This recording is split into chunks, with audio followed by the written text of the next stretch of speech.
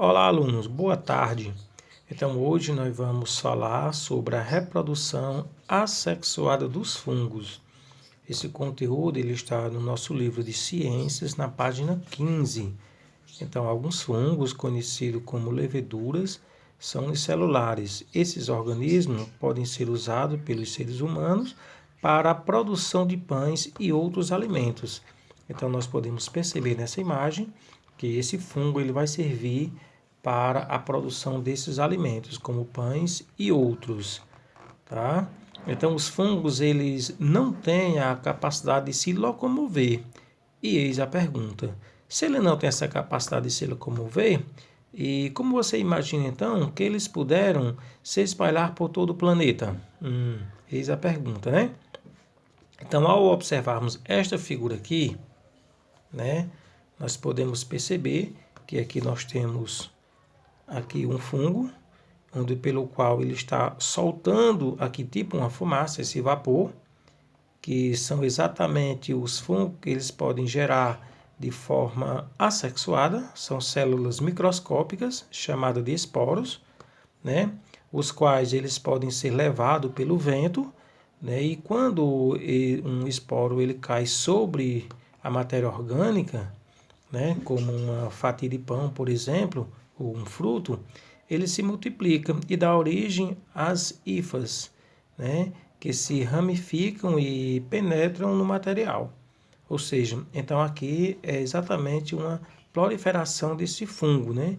A partir do vento, ele solta tipo uma fumaça e pelo qual vai reproduzir. Então assim é o que acontece com essa ramificação, essa proliferação do fungo.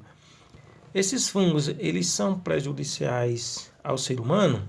Nem todos, né? Então nós podemos observar que os fungos, como eles agem na nossa saúde.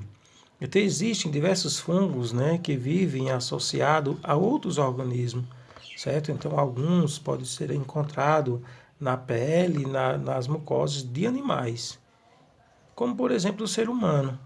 Em condições normais, a saúde desses organismos, eles não causam problemas, porém, certos cuidados são necessários para manter esse equilíbrio. Caso contrário, pode-se aparecer micoses ou outras infecções causadas por fungos, tá? Então, os fungos, eles desenvolvem-se e reproduzem, ou seja, que locais são esses dessa reprodução desses fungos? Em locais quentes, úmido, com pouca luz, certo? Então, é sempre importante nós, seres humanos, manter limpo o local em que vivemos, certo? Evitar também vazamento de água, que podem proporcionar a formação, certo? E de bolor em armário, paredes e tetos. Aí você que gosta de frequentar academias e para o jogo de futebol, a caminhada, como deve agir ao voltar, né, e tomar aquele belo banho?